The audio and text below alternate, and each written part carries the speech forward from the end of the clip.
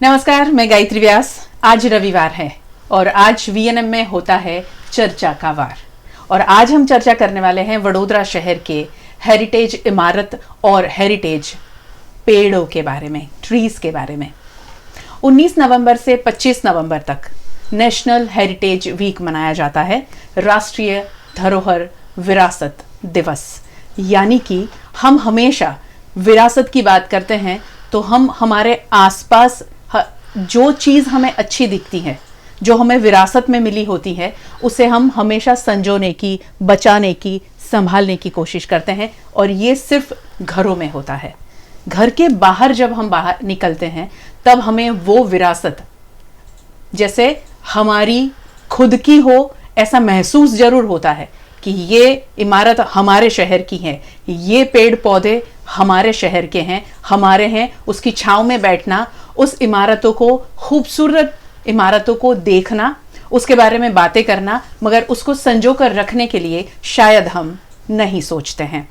और यही वजह है कि हर साल ये पूरा सप्ताह लोगों को अवेयर करने के लिए और लोगों को ये बताने के लिए मनाया जाता है कि आप इन दीवारों को, इन इमारतों को देखो ज़रूर, उसे संजो, उसके ऊपर अपना नाम लिखकर मत आइए। ये बात मैं ज़रूर कहना चाहूँगी यहाँ पर कि वहाँ पर कुछ निशानी छोड़कर आते हैं कि मेरा नाम लिख दिया, कोई हार्ट बनाता है, कोई तीर बनाता है, पता नहीं क्या क्या बनाता है, मगर उनके दिलो दिमाग में ये बात कभी नहीं आती है कि इस विरासत को, इस धरोहर को हम कुछ ऐसा देकर जाएं जो हमारे बच्चे उसे देख सकें।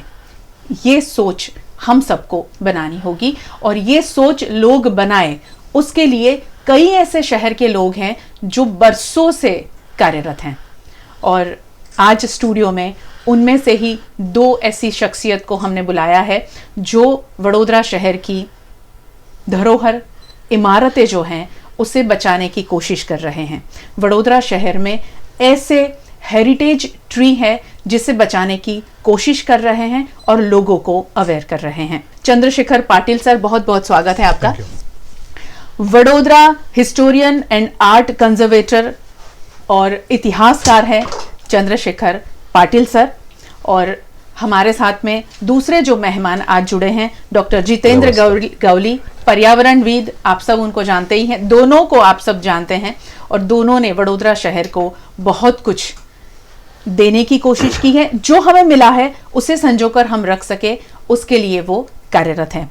सबसे पहले बात शुरू करेंगे चंद्रशेखर सर आपसे ही।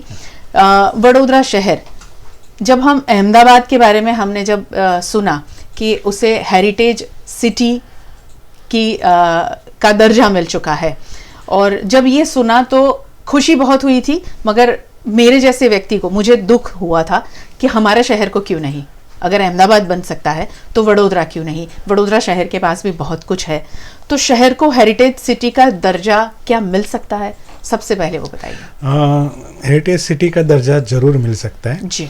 और बड़ौदा अगर देखा जाए तो बड़ौदा शहर जो है, मतलब बड़ौदा शहर का जो पूरा प्रीमाइसिस है वो पूरा 10,500 साल पुराना है जी। और मतलब केव में जो है मई नदी के रिवर के पास में रहते थे वो लोग, तो वहाँ से लेके हम लोग पकड़े तो सबसे इम्पोर्टेंट है। अभी कैसे मिल सकता है वो एक अलग विषय है जी। लेकिन हम लोग अगर कोशिश करते हैं सभी लोग मिलके तो ये हो सकता है, इम्पॉसिबल नहीं है। तो उसीलिए मैंने 98 में शुरू किया जी कि बड़ौदा में हेरिटेज वॉक हो, ताकि लोगों को पता चले कि बड़ौदा शहर का इतिहास क्या है। जी बिल्कुल। उसी मुद्दे पर भी मैं नेक्स्ट में उसी मुद्दे पर आने वाली थी कि उसके लिए क्या करना चाहिए अगर हेरिटेज वॉक आपने शुरू किया लोगों को अवेयर करने के लिए। मगर उससे पहले ये बताइए कि अगर हमें हेरिटेज का दर्जा मिल सकता है शहर को, तो उसके लिए क्या करना चाहिए? क्योंकि हमारे पास भले इमारतें हैं, मगर जब हम शहरवासी कुछ करें, लोग मिलजुल कर कुछ करें, तो क्या कर सकते हैं? जैसे अगर बड़ौदा हेरिटेज सिटी बनानी है हमको, तो सभी लोगों को मिलके काम करना पड़ेगा। और बड़ौदा शहर मतलब हेरिटेज मतलब ऐसा नहीं है कि सिर्फ बिल्डिंग्स ही है, सभी तरह की जो चीजें हैं, बिल्डिंग्स हो, या आर्ट वर्क्स हो या क्राफ्ट्समैन पर्सन आर्टिशियन हो यहाँ के, या फिर जैसे नेचर का लेते हैं हम लोग, जैसे ट्रीज है या वाटर बॉडीज है, ये सभी चीज़ों को मिला के हेरिटेज होता है जी। तो ये सब चीज़ें जो है इमारतें नहीं है, इमारतें तो एक पार्ट है छोटा सा जी। तो ये सभी तरह का जो है, जब तक बड़ौदा के लोग इकट्ठे होके अवेयरनेस नहीं लाएंगे, मैं 98 से वही कोशिश कर रहा हूँ अवेयरनेस लाने की, और ये अवेयरनेस नहीं लाएंगे तब तक ये नहीं होने वाला है। और सभी लोगों को मिलके काम करना पड़ेगा, गवर्नमेंट को तो है ही, साथ में यहाँ के जो लोकल लोग हैं उनको सबको आगे आना पड़ेगा, और सब लोग मिलके उसका पिटीशन डालेंगे, सब लोग उसमें अवेयरनेस होगा तभी होगा। अहमदाबाद में जो हुआ है उसका पीछे का कारण ये है कि वहाँ के लोग अवेयर रहे और एनजीओज अवेयर है, प्लस गवर्नमेंट की बॉडीज भी उनको सपोर्ट कर रही थी। ये सभी लोगों की वजह से वो हुआ है, सिर्फ ऐसा नहीं है कि सिर्फ पब्लिक ने सपोर्ट किया या गवर्नमेंट ने सपोर्ट किया। तो बड़ौदा भी पॉसिबल है, बड़ौदा का एक रिच हेरिटेज है, तो जरूर हो सकता है, जरूर है सबको इकट्ठा होने की। और हम लोग वही कोशिश कर रहे हैं कि सब लोग इकट्ठा है, और इकट्ठा कब आएंगे, जब अवेयरनेस बढ़ेगा। बिल्कुल सही बात है, अवेयरनेस बढ़ाने की बहुत ज़्यादा ज़रूरत है, और यही वजह है कि डॉक्टर जितेंद्र गवली कई सालों से लोगों को अवेयर कर रहे हैं कि हमारे वडोदरा शहर में हेरिटेज ट्री है, इतने सारे पेड़ हैं जिसे लोग समझें, और वो समझाने के लिए ही उन्होंने हेरिटेज ट्री वॉक की शुरुआत की थी।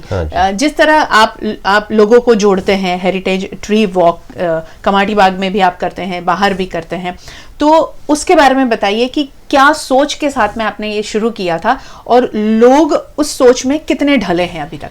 देखिए, जैसे अभी चंद्रशेखर जी ने जैसे बताया कि सिर्फ कोई बिल्डिंग या कोई इमारत नहीं होती, हेरिटेज में लिविंग हेरिटेज भी नाम की चीज है, जो हमको हमारे पुरखों ने दी हुई चीज, वो सारी हेरिटेज। फिर चाहे आपके दादाजी का टूथब्रश ही क्यों ना हो आपके पास, वो भी आप उसको संजोए, उसको संभाल के रखे, उसके ऊपर ईयर या उसका मेक लिख कर रखे और उसकी इंफॉर्मेशन गैदर करे, तो दैट बिकम्स हेरिटेज। जैसे कोई लोग कॉइन्स इकट्ठा करते हैं, तो इस तरह का पेड़ खास करके, क्योंकि वो ज्यादा साल जीते हैं, इसलिए मैंने ये सोचा कि क्यों ना हो पहले पेड़ का इंट्रोडक्शन हो। और हम लोग आए दिन देखते रहते हैं, अल्टीमेटली हमको ये हेरिटेज क्यों करना है, क्यों संजोना है, तो उसको कटने से बचना है या उसको बचाना है। तो उसका सिर्फ होता क्या है कि आमतौर पर आदमी का एक वाकया कि मैं पेड़ को क्यों बचाऊं, मुझे इससे क्या फायदा होगा, या कोई मेडिसिनल प्रॉपर्टी है उसमें, तो वो पूछा जाता है। एक ये भी जुड़ सकता है कि ये इतने साल पुराना पेड़ है, तो ये एक सबसे बड़ा फैक्टर हो सकता है कि पेड़ों के प्रति हमको आस्था जन्मे, उसको बचाए, उसको समझे कि नहीं, इसका तो इतने सालों का कंट्रीब्यूशन है, हमारे दादाजी या दादी को भी इसने ऑक्सीजन दी थी, हम ही सिर्फ उपभोक्ता नहीं है, तो ये पेड़ तो हमें हमारे 3 या 4 पीढ़ियों से ये सर्विस दे रहा है जी। तो उस सर्विस को याद करके हम उसको रिकॉग्नाइज करें, उसकी सर्विस को, और उसको बचाने की कोशिश करें। क्योंकि पेड़ का अक्सर ऐसा है कि जंगलों में पेड़ जहाँ पे जीते हैं, हमारे यहाँ पे किसी भी हॉर्टिकल्चरिस्ट या बॉटनिस्ट को पूछे तो 100-150 साल यानी बहुत पुराना पेड़ ऐसा कहते हैं, लेकिन वो मैं मतलब निकाल देना चाहता हूँ, वो मिसकंसेप्ट है। क्योंकि साग का फॉरेस्ट हजार साल पुराने साग के पेड़ भी है, जिंदा है, होते हैं। इसी तरह हमारे देश के काफी बड़े बड़े पेड़ जैसे नीम है, आम है, पीपल है, तो ये 300, 400, 500 साल तक तो जीते हैं। ऐसे कई रिकॉर्ड है कि जो ये इतने सारे साल ये जो जिए हुए हैं पेड़, और अभी भी मतलब हेल्थ उनकी अच्छी है, ऐसा कुछ हुआ नहीं कि उनकी एज दिख रही है या बूढ़े हो गए पेड़, या ऐसा कुछ हो नहीं रहा। तो अगर पेड़ों को अच्छे से संभाला जाए, मतलब वही है कि उसके प्रूनिंग कैसे हो, फिर उसमें साइंटिफिक एटीट्यूड की बात आ जाती है हमारी कि हम उसको कैसे समझें। तो अगर इस तरह की अवेयरनेस पहले अगर शुरू ना करें, मैं अगर समझूं ही नहीं कि इसका रोल क्या है मेरे प्रति, तो मैं उसको बचाऊंगा नहीं। तो ये आम जनता में बात जाए, इसलिए ये जब से ये पीपल्स हेरिटेज मूवमेंट शुरू हुआ 5 साल से, तब से मैंने ये हेरिटेज ट्रीज का मतलब लेना शुरू कर दिया था। उससे पहले हम लोग नेचर वॉक में भी करीबन 15 साल से अलग अलग हमारे नेचुरल एरियाज में जाते हैं, जहाँ पे कोई लेक के जगह गए, जैसे भाईली पॉन्ड गए या अंकोडिया के पास का तालाब और खेत गए, तो वहाँ की जो डाइवर्सिटी है उसको समझने की बात करते हैं, क्योंकि ये सारे के सारे बर्ड्स, इंसेक्ट या plant, they are all interwoven, एक दूसरे के साथ हम लोग जुड़े हुए हैं। और ये सिर्फ हमारे फायदे की, मतलब पेड़ है तो सिर्फ ऑक्सीजन देता है, ये एक बहुत गलत गिनती है। उसका सिर्फ ऑक्सीजन देना ही नहीं, उसके और भी कई सारे बड़े रोल है, उसकी बात हम लोग उजागर करते आए हैं। मतलब ये एक अवेयरनेस की बात है, अवेयरनेस होगी तभी आप बचा पाओगे। हमारे शहर में अगर हेरिटेज ट्री की बात की जाए तो जैसे जहाँ तक मैं जानती हूँ आपसे, मैंने भी एक छोटा सा एक कार्यक्रम किया था कि हमने हेरिटेज ट्री के बारे में बताया था लोगों को। कमाटी बाग में सबसे ज़्यादा है। हाँ। वैसे वडोदरा शहर में अलग अलग जगहों पर भी हेरिटेज ट्री है, बड़े बड़े पेड़ हैं जो अभी भी सक्षम है। बिल्कुल। तो उसको और ज्यादा सालों तक बचाए रखने के लिए, एक तो कितने पेड़ है और ज्यादा बचाए रखने के लिए लोग क्या करें? वैसे कोई परफेक्ट गिनती तो नहीं की, लेकिन अंदाज अगर मैं लगाऊं तो जैसे सयाजी बाग था, वैसे ही हमारा लक्ष्मी विलास पैलेस कंपाउंड है जी। उस कंपाउंड में भी काफी कुछ, अभी गोल्फ और क्रिकेट के मतलब ये आने के बाद काफी पेड़ गए हैं, लेकिन अभी भी इतने सारे पेड़ हैं वहां पर। मतलब palace compound alone can contribute around 300 और 400 हेरिटेज ट्रीज, उतने तो होंगे ही अभी भी। वैसे ही पुराने कैंपस अगर हमारे यहाँ देखा जाए तो ONGC का एक कैंपस है, एयरफोर्स वालों का कैंपस है, EME वालों का एक बड़ा कैंपस है, रेलवे स्टाफ कॉलेज जो है वो है। तो ऐसे कई जगह, प्रतापनगर, तो ऐसे कई जगह है जो बड़े बड़े पैचेस है और वहां पे कुछ कुछ पेड़ हेरिटेज ट्री को, मतलब क्योंकि हम लोग हेरिटेज हमारे लिए 100 साल, ये हमारी गिनती है कि हम लोग 100 साल जीते हैं, यानी अभी हमको जाना ही है, हमारा लाइफ खत्म हो गया, ये हमारी गिनती है। इसलिए 100 साल के पेड़ को हम लोग हेरिटेज ट्री कहते हैं। मैं अक्सर ये भी समझाता हूँ कि हेरिटेज ट्री 100 साल का, यानी हम लोग हमारी समझ के लिए है, उसको बचाने का है, क्योंकि उसका रोल बहुत बड़ा है। अदरवाइज ट्री को अगर यूं ही छोड़ दे तो वो 300, 400, 500 साल या 1000 साल भी जी सकता है। तो वैसे मतलब हमको उस नजरिए से देखना जरूरी है कि सिर्फ मैं अपनी स्वार्थी बुद्धि से उसको ऐसे ना देखूं कि मैं जीऊंगा तो उतने ही साल ये जिएगा, उसके बाद उसको नहीं जीना है, ऐसा नहीं सोचूं। अगर मुझे, क्योंकि हेरिटेज का मतलब ही वो है कि आपने किसी से मिला हुआ है, आपके पुरखों से आपको मिला हुआ है, आपको पास ऑन करना है। तो ट्री को भी इस तरह, इस एंगल से देखें कि आपको पास ऑन करना है, कि इसके बाद भी बड़ौदा में जो लोग रहेंगे या मेरे बच्चे होंगे या चंद्रशेखर के बच्चे होंगे, तो they can also enjoy the same fruits that I am enjoying out of this trees या हेरिटेज बिल्डिंग या जो भी हमारा कल्चरल वैल्यूज है वो सारे। बहुत सही बात बताई कि हमें जो विरासत में मिला है उसे हमें संभालना है। यहाँ पर एक बात मुझे डॉक्टर अनिल काने सर की याद आ रही है। वो हमेशा कहते हैं कि हम इस धरती पर ये जो हमें पृथ्वी पर हमें जन्म मिला है, जितनी सारी चीजें मिली हैं, उसके हम ट्रस्टी हैं, उसके मालिक नहीं है। इसीलिए इसे आने वाली पीढ़ी के लिए बचाकर संजोकर जाना ही हमारी जिम्मेदारी होगी। चंद्रशेखर सर, अगेन आपके पास में आऊंगी। जैसे हम कहते हैं कि वडोदरा शहर में बहुत सारी इमारतें हैं जिसे लोग बहुत ज़्यादा पसंद करते हैं, मगर उसको संजोने के लिए, उसकी देखभाल के लिए स्थानीय प्रशासन काम कर रहा है, मगर वो कहीं ना कहीं हम लोगों को ऐसा लगता है कि ये दिखावा है, होता कुछ और है, दिखता कुछ और है। क्या बताएंगे उसके बारे में? आप एकदम सही कह रहे हैं। एक्चुअली वो लोग दिखावा ही करते हैं जी। और मैंने अभी तक 2 बार मैं उनको लिस्ट दे चुका हूँ कि हेरिटेज बिल्डिंग कौन सी है और उसको क्यों बचाना चाहिए जी। तो हर बार कैसे होता है, बात होता है, मीटिंग्स बुलाते हैं, हम लोग जाते हैं, लिस्ट देते हैं, लेकिन प्रैक्टिकली अगर आप जाएंगे साइट पे तो कोई काम ही नहीं होता है जी। और कहीं पे काम किया शुरुआत में, अभी 4 दरवाजा का रेस्टोरेशन और ये सब, तो उसमें जो ओरिजिनल उनका डिजाइन था, अभी जैसे बड़ौदा का जो किला वह है वो सल्तनत स्टाइल का बना हुआ है, गुजरात सल्तनत स्टाइल, तो उसको बदल के उन्होंने उसको और भी कुछ बना दिया जी। तो एक्चुअली उनको जो काम कर रहे हैं उनको ये भी नहीं पता है कि भाई इसका स्टाइल क्या है, क्योंकि बड़ौदा एक ऐसा सिटी है जो बहुत सालों से, मतलब जब से बना तब से अलग अलग कम्युनिटी के लोग यहाँ पे आके बसे हुए हैं, क्योंकि बड़ौदा एक ऐसा सेंटर था और आज भी है कि यहाँ से आपको मुंबई की तरफ जाना हो तो यहाँ से जाना पड़ता है, और यहाँ से दिल्ली की तरफ या पाकिस्तान जाना हो, कराची, तो यहीं से जाना पड़ता है। तो ये बहुत ही इम्पोर्टेंट रूट के ऊपर एक सेंटर था बड़ौदा। जी। तो यहाँ पे हर तरह के लोग आए और हर तरह की बिल्डिंगें बनी हुई है, तो उनका एक फ्लेवर है, तो जिसे ये लोग बचा नहीं पा रहे और लोग समझ भी नहीं पा रहे। अभी अगर हम लोग गायकवाड़ पीरियड की बात करें तो सयाजीराव थर्ड की पीरियड की, तो सयाजीराव ने एक दीर्घ दृष्टि रख के सोचा था कि यहाँ पे विश्व में जितने भी बड़े आर्किटेक्ट हो गए उनकी सबसे बेस्ट बिल्डिंग का कलेक्शन अगर हम कहें तो बड़ौदा में। क्या बात है। मैंने जब स्टडी किया ईएमई टेम्पल, वो बाद में बना हुआ है, लेकिन वो भी इंडिया का बेस्ट आर्किटेक्ट है, उनका है, माधव अचवल करके है, जिनके नाम से गोल्ड मेडल दिया जाता है बॉम्बे यूनिवर्सिटी में।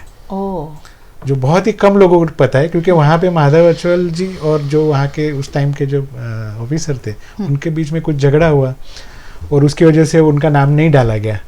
लेकिन वो आदमी जो माधव अचवल जी है, जैसे नोबेल प्राइज होता है वर्ल्ड में फेमस, ऐसे इंडिया में आर्किटेक्चर फील्ड में उनके नाम से जो गोल्ड मेडल जाता है वो नोबेल प्राइज के हिसाब से है वो। जी आप सोचिए कि वडोदरा शहर में हमें बहुत कुछ मिला हुआ है और ये विरासत को संभालना हम सबकी जिम्मेदारी है। नहीं कि सिर्फ चंद्रशेखर सर या फिर जितेंद्र सर वो उनकी कोशिश कर रहे हैं, मगर उनकी कोशिश में हम सबको जुड़ना होगा। और यही सवाल है आगे मेरा कि वडोदरा शहर में जिस तरह आपने हेरिटेज वॉक का आयोजन किया, कितने लोग अवेयर हुए, कितने लोग इस बात को, जैसे हेरिटेज वॉक होता है पूरा एक हफ्ता, 19 नवंबर से 25 नवंबर तक हम वीक मनाते हैं, हर रोज कुछ ना कुछ एक्टिविटी होती है, तो ये वीक तक सीमित होता है कि फिर आगे भी लोग इस बात को समझते हैं? ये आगे भी चलता रहता है और मैं पूरे साल जब भी बड़ौदा में होता हूँ मैं एक्टिविटीज करता हूँ। और मेरा उद्देश्य ये सेलिब्रेशन करने का पर्पस ये था कि बड़ौदा का उस बहाने से हम लोग बर्थडे सेलिब्रेट करें, क्योंकि हर एक सिटी का अपना प्राउड होता है, तो जब तक प्राउड फीलिंग नहीं आएगा लोगों में तब तक अवेयरनेस नहीं आएगा। तो जब 2015 में शुरू किया तब 20 प्रोग्राम थे, अभी 2019 में मैंने 59 प्रोग्राम्स किए और नेशनल लेवल के प्रोग्राम्स। और ये करने का मेरा कॉन्सेप्ट ऐसा है, गवर्नमेंट के साथ भी जुड़ता हूँ मैं, कॉमन लोगों के साथ भी जुड़ता हूँ, क्योंकि बड़ौदा का फेस्टिवल करना तो सभी लोगों को जोड़ना है और पूरे बड़ौदा में होता है, ऐसे नहीं कि सिर्फ यूनिवर्सिटी में हो गया या कीर्ति मंदिर में हो गया, सब जगह जहाँ और सब लोग फ्री में जगह भी देते हैं जी। और सब लोग उसमें काम भी करते हैं, मैं पूरा काउंसलिंग और गाइडेंस देके उनसे करवाता हूँ। और ये जो हेरिटेज वॉक है वो बड़ौदा के मैंने 22 हेरिटेज वॉक डिजाइन किए हैं, जिसमें सभी तरह का जो बड़ौदा का हिस्ट्री वो आता है और प्रैक्टिकली आप वो देख सकते हैं जी। तो इसमें जब मैंने 98 में शुरू किया तब मतलब लोगों को मैं बुलाता था और लोग बुलाता था, 50 लोगों को भेजा तो उसमें से 1-2 लोग आते थे। आज ऐसा है कि मैं नहीं बुलाता हूँ, सिर्फ पोस्टर में पोस्ट करता हूँ या लोगों को पता चलता है कि मैं करने वाला हूँ, तो 50 से लेके 100 लोग तक आते हैं जी।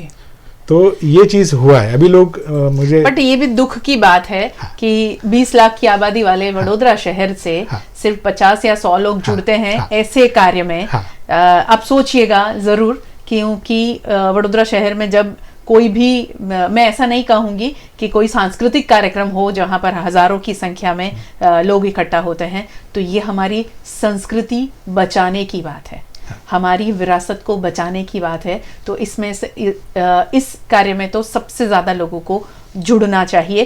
खैर इस साल ऐसे कोई कार्यक्रम नहीं हो पा रहे हैं क्योंकि हम सब जिस कोरोना काल से गुजर रहे हैं, और यही वजह है कि आज हम यहाँ इकट्ठा हुए हैं और आज इस बारे में चर्चा कर रहे हैं, जो आप घर बैठे सुन सके, देख सकें और समझ सकें कि भले हम ये साल घर में बैठे हुए हैं, मगर अगले साल जब इस दौर से हम निकल जाएंगे, इस बीमारी से जब हम निकल जाएंगे, तो हमारे शहर के लिए हम कुछ कर सके। सिर्फ बिकॉज ऑफ कोविड-19 इस बार बहुत ज़्यादा कार्यक्रम नहीं हो पाएंगे, मगर कम्युनिटी साइंस सेंटर के साथ में जुड़कर कुछ कार्यक्रम आप कर रहे हैं।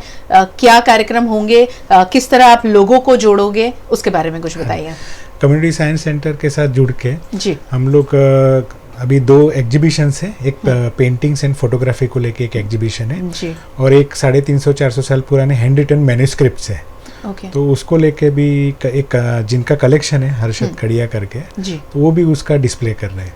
ये 2 तरह के एग्जीबिशंस है। उसके साथ साथ हम लोग एक बड़ौदा सिटी के ऊपर वेबिनार भी कर रहे हैं जी, ऑनलाइन ही सारा कुछ होगा। और ये सभी जो है वडोदरा पीपल हेरिटेज फेस्टिवल जो है उनके साथ कम्युनिटी साइंस सेंटर और दूसरे लोग भी जुड़े हुए हैं। जितेंद्र सर, अगर जैसे ऑनलाइन ही ये सारी एक्टिविटी होने वाली है, चंद्रशेखर सर बता रहे हैं, तो लोग उसमें कैसे इन्वॉल्व होंगे, उसके बारे में बताइए। ऑनलाइन हम लोग तो दिखाएंगे ही, जैसे आप यूट्यूब या जैसे इन्होंने बोला कि शॉर्ट वीडियोस, लेकिन ये जो एग्जिबिट है वो हम लोग लोकल लोगों के लिए भी ओपन रखने वाले हैं। ओके, तो लोग वहां आ सकते हैं। But as a community science centre या हमारी ये जिम्मेदारी बनती है कि हम लोग उतना प्रिकॉशन रखें कि भीड़ ना हो वहाँ पे। देखिए, अगर गवर्नमेंट इलेक्शन में इतने सारे लोगों को बुला सकते हैं तो हम लोग जिनको इंटरेस्ट है अपने इसमें तो वो आके देख सकते हैं। ओनली द थिंग इज हम वो देखेंगे कि सोशल डिस्टेंस मेंटेन है कि नहीं। बतौर एक पब्लिक प्लेस हमारे इंस्टीट्यूट ने पहले से सैनिटाइज करना रेगुलर है हमारे यहाँ पे। सैनिटाइजर भी हम लोग रखते हैं, जो आता है उसकी एंट्री रहती है, जो भी आदमी आता है, जो भी बंदा आता है अपना नंबर वगैरह नाम वगैरह लिख के जाता है।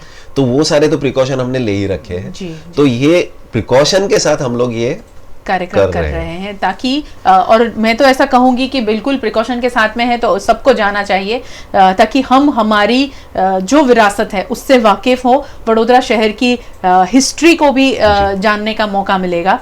तो ये एक बहुत अच्छा मौका है वडोदरा वासियों के लिए कि हम दूसरा कुछ नहीं कर सकते इस हेरिटेज वीक के दौरान, तो कम्युनिटी साइंस सेंटर तो जा ही सकते हैं। वडोदरा हेरिटेज के नेचुरल डाइवर्सिटी को ये ट्रीज कैसे सपोर्ट कर सकते हैं, क्योंकि अगर हमारे पास में इतने सारे हेरिटेज ट्री है तो कैसे सपोर्ट कर सकते हैं? देखिए, हेरिटेज ट्री यानी वो ट्री है कि जो कुदरत ने चुने हुए ट्री है, जो अपने आप वहाँ पे उग रहे हैं जी। और ये हेरिटेज ट्री वॉक, मतलब जो जानकार है वो मुझे अक्सर पूछते हैं कि आपने सयाजी गार्डन में क्यों रखा। मतलब सयाजी गार्डन हमारा कंसेप्ट क्या होता है कि गार्डन यानी हमने चुने हुए, हमने सिलेक्ट किए हुए हमारे पसंदीदा वृक्ष। हाँ जी। लेकिन सयाजी बाग के बारे में मैं ये कहूँगा कि उसको बहुत सोच समझ कर डिज़ाइन किया गया है आज के 125 साल पहले।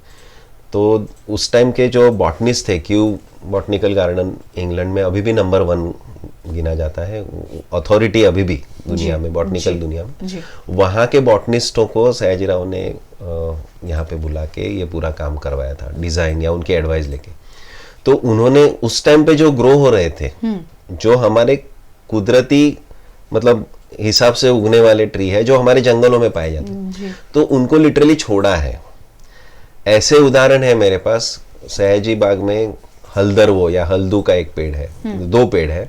एक बहुत पुराना पेड़ है, मतलब करीबन 160 साल पुराना है, उसका गर्थ देख के पता चलता है वो चीज।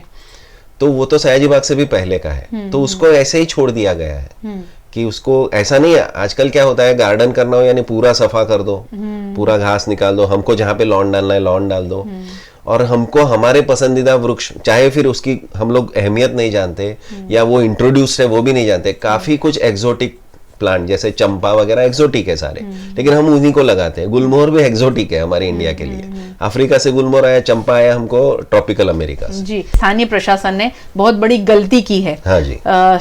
सप्तपर्णी के बहुत सारे पेड़ लगाकर, सप्तपर्णी के बाद अभी कोनोकार्पस आया, हाँ, जो डिवाइडर के अंदर लगा रहे हैं। अभी कोनोकार्पस का तो हमारे पास वीडियो था, हम जानते भी थे, हमने मना भी किया था कि इतनी बड़ी संख्या में लगाने की कोई जरूरत नहीं है जी।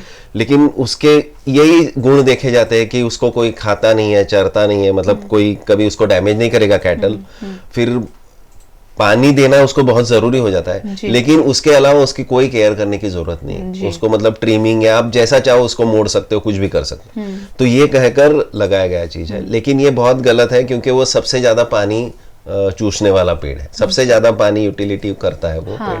तो उससे होता क्या है, भूगर्भ जल कम हो जाएगा। और ऐसे भी देखिए बड़ौदा में हर जगह पे रोड वाइडनिंग चल रहा है, रोड टू सोसाइटी भी हम कंक्रीट लगा देते हैं। तो पानी का पर्कोलेशन, जमीन खुली नहीं है तो होता नहीं है। जो भी बारिश का पानी गिरेगा वो फ्लड होता है पूरा, और वो सारा का सारा दौड़ता है पानी, gushing towards the river Vishwamitri, जी, जी। इसलिए विश्वामित्री को भी तुरंत गुस्सा आता है, वो भी मतलब फूल जाती है, उसमें भी स्वेलिंग आती है, वो भी फ्लड हो जाती है, हाँ, तुरंत।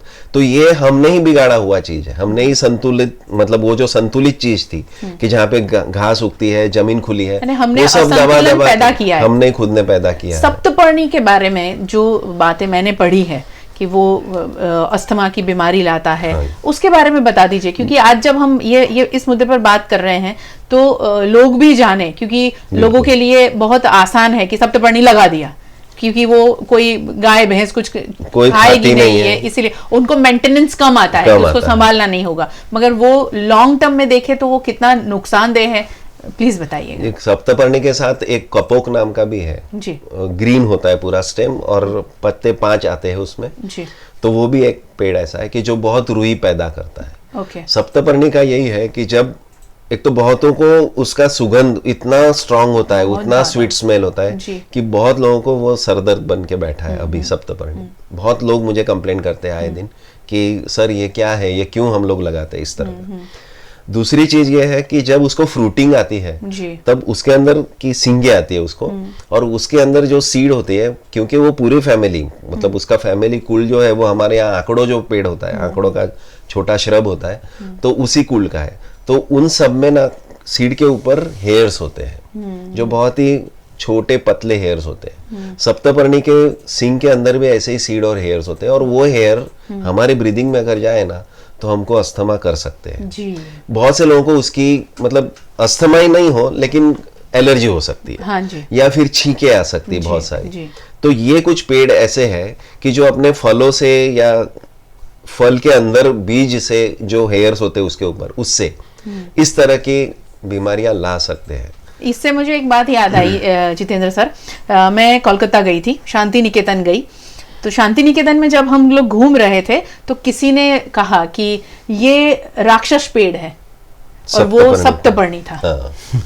तो मुझे उसी वक्त लगा कि बिल्कुल सही है, ये सही नाम दिया है कि ये राक्षस पेड़ है, डेविल ट्री उसको कहा उसने, कि ये नुकसान पहुंचाता है, ये खा जाएगा इंसानों को बीमार कर देगा, और हम बहुत आसानी से उसे लगा देते हैं। खैर, सप्तपर्णी की जैसे मैं बात करूं ना तो वो हमारे लिए एक्सोटिक हमारे स्टेट के लिए हो सकता है क्योंकि हमारे स्टेट में वो नेचुरल प्रेजेंट नहीं है, लेकिन सप्तपर्णी बिलोंग्स टू वेस्टर्न घाट, हमारे सह्याद्री में है वो सप्तपर्णी, कर्नाटका के फॉरेस्ट में वो वाइल्ड है। लेकिन वही है कि जहाँ पे ये वाइल्ड अपने आप जो जहाँ पे उग रहा है ना, उसकी सीमित संख्या, उसको कंट्रोल करने वाले फैक्टर वो ऑटोमेटिक वहां पे प्रेजेंट होते हैं। जैसे हाथी can break the saptaparni trees, तो हाथी वाले फॉरेस्ट में सप्तपर्णी होता है। तो उसका एक रेफरेंस हमारे मतलब कालिदास के ऋतु संहार में भी उसने बोला है कि सप्तपर्णी को जब फ्लावरिंग आती है तभी हाथी बहुत मदमस्त हो जाता है। तो उसका मेटिंग पीरियड और इसका फ्लावरिंग ये सेम है बायोलॉजिकली। तो ये मतलब साइंटिफिक ऐसे कुछ ट्रुथ भी हमको मिलते हैं हमारे पुराने, अब 1500 साल पुराना है वो वर्क, अगर कालिदास का अब टाइम देखो तो 1500 साल पहले की बात है, लेकिन ये सब मेंशन है चीजें। तो सप्तपर्णी क्योंकि हम लोग हमारे मतलब वेस्टर्न घाट का चीज यहाँ पे आ गया है तो ये नहीं आना चाहिए। जैसे मैंने चंपा की बात की वैसे अभी कोनोकार्पस आ गया है, गुलमोहर है, तो और कुछ पेड़ों को अपना लिया है, जैसे हमारे हैबिटेट में या हमारे नेचुरल बर्ड पॉपुलेशन ने उसको एक्सेप्ट कर लिया। तो उसमें गोरा सांवली जो बोलते हैं ना, गोरा सांवली भी सबको लगता है देसी नहीं है, गोरा सांवली भी ट्रॉपिकल अमेरिकन है, ब्राजील से लाया गया चीज है। तो साउथ मतलब अमेरिकन से, साउथ अमेरिका कॉन्टिनेंट से है। तो गोरा सांवली भी यहाँ पे हम लोग और हमारे बर्ड्स ने उसको एक्सेप्ट कर लिया है, तो वो फ्रूटिंग बहुत अच्छे से मतलब देता है और काफी कुछ मतलब तोते वगैरह वो लोग उसको खाते हैं और उसको अट्रैक्ट करते हैं।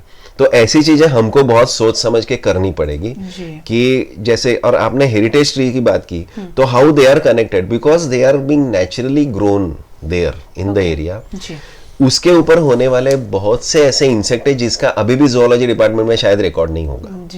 मैं बिल्कुल 100% इसमें कॉन्फिडेंट हूँ कि अभी भी इतने सारे छोटे छोटे जीव जंतु है, इंसेक्ट्स है कि जिसका प्रॉपर रिकॉर्डिंग नहीं है। हमको डाइवर्सिटी के हिसाब से कभी अगर देखने जाए तो मिलेगा कुछ नया। तो ये सारी चीजें इनहेरिटेड है उन जंगलों में जहाँ पे ये दौलताबाद बसा था, चंद्रशेखर ने बोला जी। तो, या जो 1000 साल पुराना, या अंकोटक हम बोलते हैं 2000 साल पुराना, या जो चीजें हैं, तो उस टाइम पे जो पेड़ पौधे यहाँ पे जंगल के अंदर मिलते थे, वो पेड़ अगर जिंदा है, या इस तरह का नेटिव जो हमारे सेंट्रल गुजरात को बिलोंग करता है, ड्राई डेसिडियस फॉरेस्ट में जो बिलोंग करते हैं, अगर वो पुराने पेड़ जिंदा है तो उसके अंदर वो इंसेक्ट, वो माइक्रोबियल डाइवर्सिटी, फंगस भी आता है, बैक्टीरिया भी आता है, उस इंसेक्ट को खाने वाले टिपिकल बर्ड्स, वो डाइवर्सिटी, वो सारी की सारी ऑटोमेटिक आप कंजर्व कर लेते हो। जी, जी। इसीलिए ये लोकल ट्रीज को, नेटिव ट्रीज को बचाना बहुत जरूरी हो गया। और ये चीज पूरे, मतलब जो भी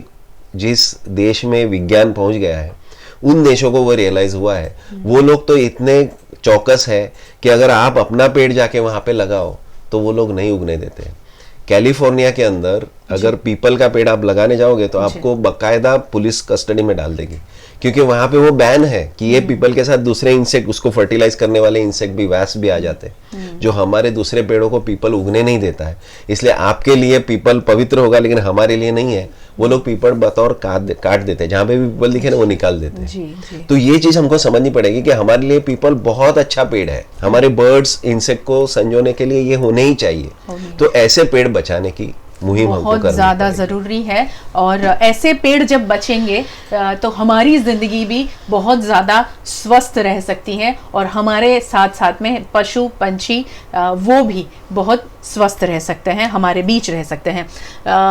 जैसे हम हर चीज को बचाने की कोशिश करते हैं, और वो कोशिश में जब हम तो जुड़े हुए हैं, मगर हमें हमारे बच्चों को जोड़ना पड़ता है, ताकि आने वाली पीढ़ी को वो सारी चीज़ों से अवेयर करवा सके, और वो खुद उसे संजो कर रखने की ताकत इकट्ठा कर सके, समझ सके।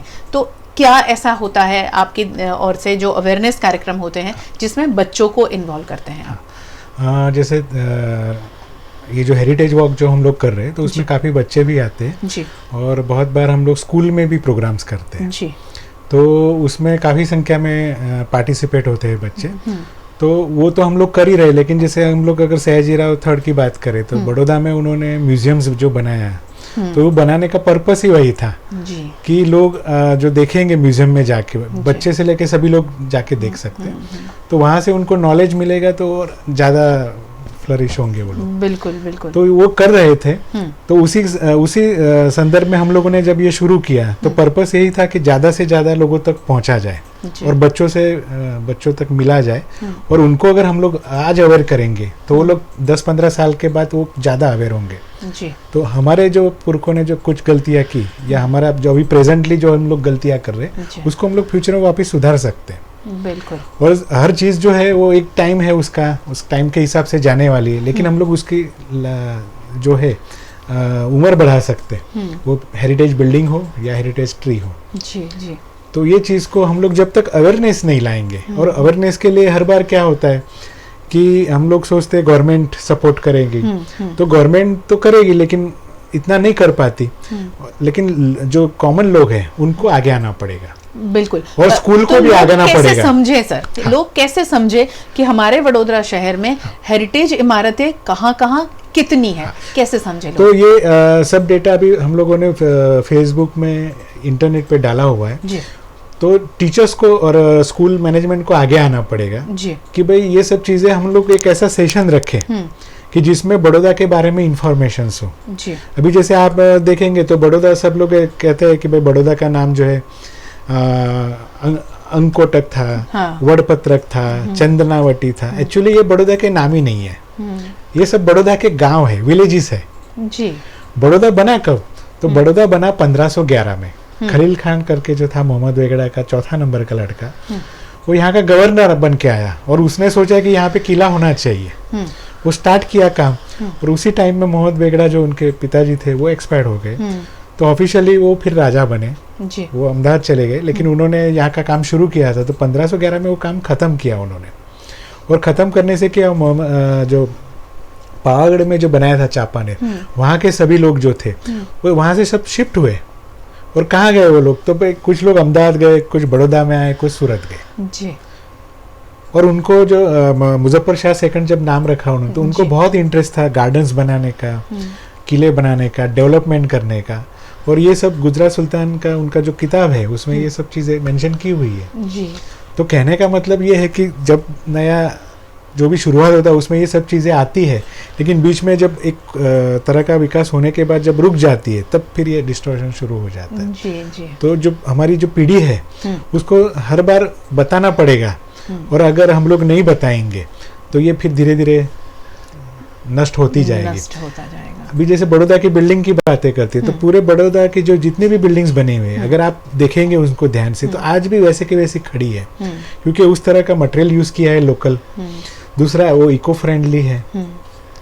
तो ये चीज से हमको सीखना चाहिए। हम लोग नहीं सीख रहे, हम लोग क्या कर रहे हैं, वेस्टर्न कल्चर को फॉलो कर रहे हैं। और उसमें हम लोग वहां पे कांच लगाते हैं तो हम लोग यहाँ पे भी कांच लगा रहे हैं। अभी कांच लगा रहे हैं तो यहाँ पे वो एटमॉस्फेयर के साथ जा ही नहीं रहा है। जी बिल्कुल सही। तो उस तरह से सभी मटेरियल में प्रॉब्लम हो रहा है।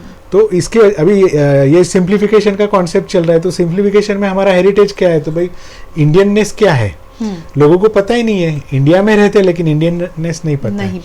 तो इंडियननेस कैसे ला सकते हैं वापस?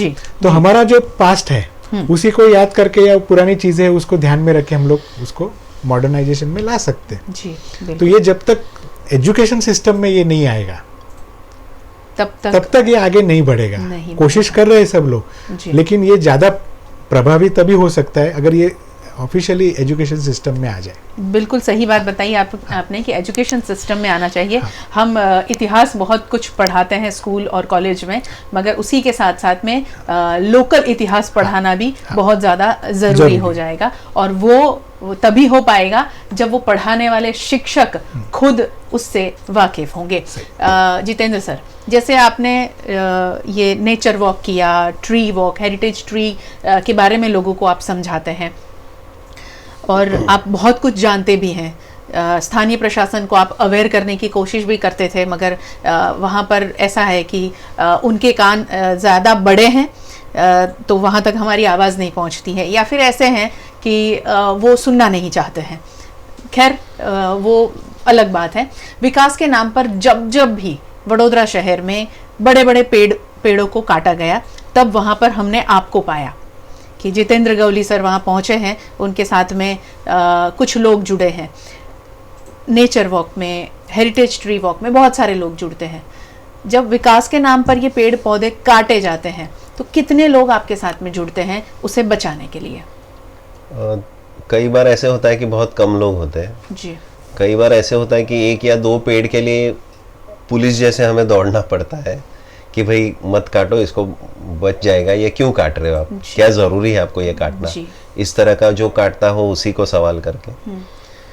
कई बार मतलब मोस्ट ऑफ द टाइम मुझे ऐसा लगता है कि हमको सफलता नहीं मिलती है, पेड़ तो कट ही जाता है।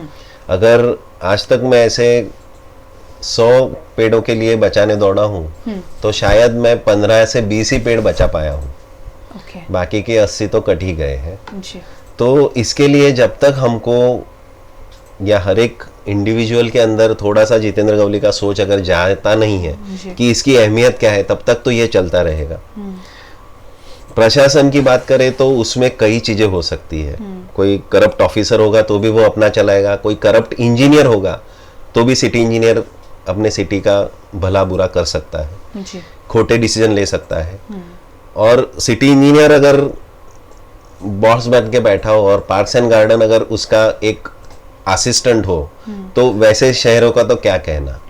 तो इसीलिए हमें मतलब सिटीजन को ही ये जिम्मेवारी होती है कि हमारे आसपास के पेड़ तो हमको ही बचाने चाहिए। यानी ज़्यादा उम्मीदें न रखे गवर्नमेंट से, क्योंकि होता क्या है कि जब कोई रोड ब्रॉडनिंग हो, क्योंकि इसमें पैसे का मुद्दा है, पेड़ कटते क्यों है रोड साइड के, तो हमेशा मेरा बैनर नहीं दिखता, मेरी दुकान नहीं दिखती, मुझे व्यू नहीं मिल रहा है, इस तरह के रीजन होते हैं। और बड़े से बड़े पेड़ जिन्होंने 100 साल या 80-50 साल आपको सर्विस दी है, फ्री में ऑक्सीजन दिया है, जिसकी शैडो में आपको कार पार्किंग करना है, वो आप क्योंकि पैसे का कैलकुलेशन है इसलिए काट देते हैं। तो ये अवेयरनेस जब तक नहीं होगी उसकी अहमियत क्या है, ये कटता ही रहेगा। मतलब ये चलने वाली चीज है, हम लोग को यही करना ही पड़ेगा बारंबार, ऐसे लगता है। और मैं अगर कहूँ तो आपने जैसे पूछा कि कितने लोग आते हैं, तो एक अच्छी चीज ये हुई है कि नेचर वॉक में इतने सारे लोग हैं तो उनका काफी कुछ सपोर्ट मुझे मिलता है कभी, लेकिन कई बार किस्से ऐसे होते हैं इतने टाइम स्पेसिफिक और लोकेशन या लोकेलिटी स्पेसिफिक हो जाता है कि जितेंद्र गवली वहां नहीं पहुंच पाता जी। हमने एक कोशिश ऐसे भी की कि हम लोग अलग अलग ग्रुप में ऐसे इंडिविजुअलों को आइडेंटिफाई करें कि जो कुछ इस तरह के काम करें, लेकिन होता क्या है कि हर कोई अपने अपने कैरियर को लेके या अपने जिम्मेदारियों को लेके व्यस्त होता है। तो जब ये पेड़ कटिंग का काम होता है तब अक्सर लोग नहीं आते वहां पे। तो ये बहुत दुख भरी एक्चुअली बात है कि ये हमेशा की एक चिंता रहती है हमें कि पता नहीं इस बार हम कितने बचा पाएंगे। बिल्कुल सही है, यानी लोगों की पता नहीं देश के प्रति या शहर के प्रति जो प्यार उमड़ता है ना वो सिर्फ सोशल मीडिया पर ही नजर आता है। हाँ, जब वाकई वो प्यार जताने की, प्यार दिखाने की और प्यार करने की बात आती है वो प्रैक्टिकली जमीनी हकीकत कुछ और होती है और सोशल मीडिया की हकीकत कुछ और होती है। ये यहाँ पर ये मुझे नजर आता है। जी बिल्कुल, मुझे कुछ उसमें भी ऐड करना है। जैसे एक चीज जो जेल रोड जब बनने वाला था तो जेल रोड में वही था कि पुराने पेड़ सारे निकाले जाए और जेल रोड को ब्रॉड किया जाए, और उसके लिए जो एसएचजी हॉस्पिटल का कंपाउंड है उसको पीछे लिया 5 मीटर जितना। तो हमने वही बोला कि ये जो 5 मीटर आपने पीछे लिया उसी को साइड रोड बना दो। तो ये हमारी सजेशन थी जो कि कमिश्नर ने उस टाइम पे सुन ली और वैसे इम्प्लीमेंट हो गया। तो उसमें हुआ क्या कि जो एसएचजी कंपाउंड के अंदर के जो पेड़ थे वो और रोड साइड में जो फुटपाथ पे लगे थे वो पेड़ों की 2 पेड़ों की ऐसी पूरी चेन हमको मिल गई बचाने के लिए जी। तो वहां पे अभी ग्रीनरी दिखती है फिर से जी। लेकिन मैं वही कहूंगा कि नेटिव ट्रीज जैसे पहले बनियन ट्रीज थे तो वैसे हुए नहीं रहा। दूसरा किस्सा हुआ हमारे अलकापुरी का, जो पैरट का रीजन लेके हमने अलकापुरी के पेड़ को भी बचा लिया था। अलकापुरी में भी वही चीज हुआ। सर्किट हाउस में गवर्नमेंट डिसीजन मेकिंग तो बहुत अच्छी होती है, तुरंत ही रातों रात वो दीवार पीछे कर लेते हैं, लेकिन वो पेड़ भी बचाए गए। 35 से 40 साल पुराने वो वड़ के पेड़ है पूरे, और कुछ पेड़ तो और भी पुराने हैं, मतलब 70 साल के पुराने पेड़ है वहां पे। तो ऐसे पूरे पेड़ की गिनती की, नेचर वॉक के ग्रुप को ही तब लिया था साथ में और करीबन 50 लोग थे, सारे मेजरमेंट के साथ एक एक पेड़ गिना। जेल रोड पे जो मैंने मजदूरी 7 घंटे की थी हितार्थ के साथ मिलके, वो हमने 3 घंटों यहाँ पे अलकापुरी में नेचर वॉक करके पेड़ की गिनती की, उसका कैलकुलेशन किया, डायमीटर वगैरह ले लिया, और वो पूरा का पूरा डेटा टाइप करके हमने कॉर्पोरेशन को भेजा, कमिश्नर को मार्क किया कॉपी, पार्क्स एंड गार्डन को भेजा, और हमने बोला ये तो नहीं कटना चाहिए, ये तो इतने इतने पेश कीमती है ये चीजें, हम क्यों काटना चाहते। और फिर मीडिया ने भी काफी उस टाइम पे सपोर्ट किया था, तो वो चीज बच गई। नहीं तो इतने सारे 54 जितने बनियन ट्रीज है अलकापुरी में, किसी को पता नहीं, सिर्फ कितना हंसे तो 25-30 हंसे, लोग ऐसे ही बात करते हैं, लेकिन इतने हमने काउंट किए इसलिए पता है। तो ये पेड़ बच गए।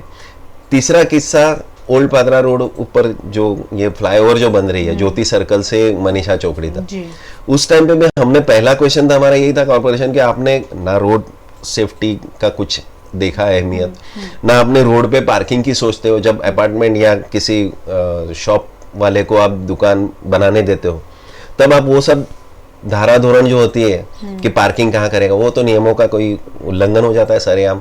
मॉल आ जाती है बड़ी बड़ी, पार्किंग की कोई व्यवस्था नहीं होती है, क्रॉस रोड पे भी मॉल आती है, मतलब ये सारी चीजें गलत चीजें हो रही है हमारे देश में। अभी ये फ्लाईओवर बन रही है 3.5 किलोमीटर, लोग ये सोच के खुश है कि हमारे बड़ौदा के अंदर 3.5 सबसे लंबी फ्लाईओवर हमारे शहर में है। अरे ये प्राउड करने की चीज नहीं है, क्योंकि रोड तो वहां ब्रॉड ही था, में कितने पेड़ कटे वो किसी को नहीं पता, इसीलिए वो पूरे पेड़ की गिनती मैं और मेरे साथ और 3 लोग, अरुण दादा, गदरे दादा एंड हितार्थ, हमने पूरी कैलकुलेशन की। हमने 4 घंटे उसमें बिताए, सारे के सारे पेड़ गिन लिए और उसकी लिस्ट दी। 290 पेड़ करीबन वहां पे हमने देखे, 39 स्पीशीज, 39 प्रजातियों के 290 पेड़ जी। तो हमने यही बोला कि ये पेड़ तो बहुत पुराने बड़े हैं, इनको नहीं काटना चाहिए। और इस तरह का कह के कि उनकी थोड़ी डिजाइन आप क्यों पीछे आगे कर नहीं सकते, फ्लाईओवर की डायरेक्शन थोड़ी चेंज कर दीजिए तो पेड़ बच जाएंगे। तो ऐसा कुछ समझा के हमको तब बोला गया कि नहीं काटेंगे। हमने उसके बाद रक्षाबंधन वगैरह भी किया था प्रोग्राम, लेकिन उसमें से भी कुछ पेड़ तो कट ही गए हैं और फ्लाईओवर बन ही रही है वहां पर। जबकि आपको आश्चर्य होगा कि फ्लाईओवर बनने से पहले कॉर्पोरेशन के पास ऐसा कोई डेटा नहीं था कि इस रोड में फ्रीक्वेंसी क्या है व्हीकल की। जी। कोई ऐसे स्टडीज नहीं थे और डिसीजन लिया गया था कि फ्लाईओवर यहाँ बन जाएगा। तो ऐसे कैसे होता है ये स्टडीज बगैर काम। ये एक बहुत सोचने वाली बात। ये विकास तो है ही, यानी लोगों के नज़र में, मगर उसी के साथ साथ में बहुत सारी अलमारियां भरनी है और अपने अपने घर क्या क्या ले जाना है, उसी के ऊपर ये सारा दारोमदार होता है और वही उसी बात को देखकर सारे डिसीजन लिए जाते हैं। आखिरी पड़ाव पर है हम इस चर्चा के। क्या कहेंगे वडोदरा वासियों को जब हम नेशनल हेरिटेज वीक मना रहे हैं? हालांकि ऐसे कोई कार्यक्रम नहीं हो पाएंगे बिकॉज ऑफ कोविड-19। घर बैठे लोग क्या समझे कि हमारे वडोदरा शहर की विरासत को, धरोहर को हमें संभालना है, संजोना है। जैसे हम लोग अगर इस बार तो कोविड की वजह से हम लोग नहीं कर पा रहे बहुत अच्छी तरह से, लेकिन जो भी कुछ ऑनलाइन हम लोग अभी फिल्म्स और ये सब डालने वाले हैं, जो पास्ट में जितने भी प्रोग्राम्स हुए हैं उस तरह का, तो ये करने का पर्पस यही है कि लोग अवेयर होंगे तो इसको बचा पाएंगे। और बड़ौदा में बहुत सारी पुरानी बिल्डिंग्स भी टूट रही है, तो ऐसा जब कभी होता है तो लोगों को साथ में आके काम करना चाहिए, जो नहीं हो पाता। और सब लोग डिवाइड में ही रहते हैं, डिवीज़न में रहते, तो वो लोग इकट्ठा ही नहीं हो पाते। और गवर्नमेंट को यही चाहिए होता है कि लोग इकट्ठा ही ना हो, ताकि विरोध भी ना हो और उनका काम भी हो जाए। नहीं, गवर्नमेंट के लिए आसान मत बनाइए ये। हाँ, तो ये आवाज उठाने का जो बात है, लोग आवाज ही नहीं उठा पा रहे और आवाज उठा नहीं पा रहे या जानबूझ के नहीं कर रहे, मारे शू मुझे क्या है, ये चला जाता है। तो जब तक अगर हम लोग हमारे फ्यूचर आने वाले जो बच्चे हैं उनके बारे में सोचेंगे, तो अब पुरानी जितनी भी चीज़ें हैं या जो हमारा हेरिटेज है, अगर उसको हम लोग आज नहीं बचाएंगे, अगर हमारा पास्ट हमको पता नहीं, तो प्रेजेंट कैसा जिएंगे हम लोग? तो और फ्यूचर तो पूरा डार्क में ही होगा। तो फ्यूचर को ब्राइट करने के लिए हमारे पास्ट को भी बचाना है और फ्यूचर को ठीक करते जाना है। तो हम लोग पास्ट को, अपना प्रेजेंट को ठीक करते जाना है ताकि फ्यूचर लोग हमारा देख सके। बिल्कुल सही बात है। जितेंद्र सर, आखिर में क्या कहेंगे? कैसे बचाएं वडोदरा शहर के उन पेड़ों को जो हमारे लिए बहुत बड़ी विरासत है? पेड़ इज ओनली फॉर से एक्यूमुलेशन ऑफ बायोमास, या लकड़ी मिलती है, ऑक्सीजन मिलता है, जो बहुत इजी वे से हमको सिखाया गया आज तक। लेकिन जब आप पेड़ के हेरिटेज ट्री वॉक करते हो, आप पेड़ के पास जाते हो, तब आप देखते हो कि उसके साथ और भी कई चीजें जुड़ी हुई है। आप तब देखते हो कोई पंछी बैठा हुआ है, आप तब कोई इंसेक्ट की एक्टिविटी देखते हो। तो मैं यही कहना चाहता हूँ कि ऐसा पहले समझे पेड़ों को, उनके नाम को जाने, उनकी खासियतों को पहचाने, और तब जाके आपको अपनापन आएगा उसमें, आपका लगाव होगा उसके साथ। और तब अगर बचाना है जब भी, तो जब रोड वाइडनिंग में ऐसी कोई बात आती है, या उसके ऊपर ट्री गार्ड, कई अभी एक फ्री द ट्री करके भी एक प्रोग्राम शुरू हुआ है, तो उसका रीजन भी वही है। करीबन 600 के करीब अब तो पेड़, मतलब वो आपने ट्री को फ्री किया, हाँ, मतलब उसका ट्री गार्ड काट दिया।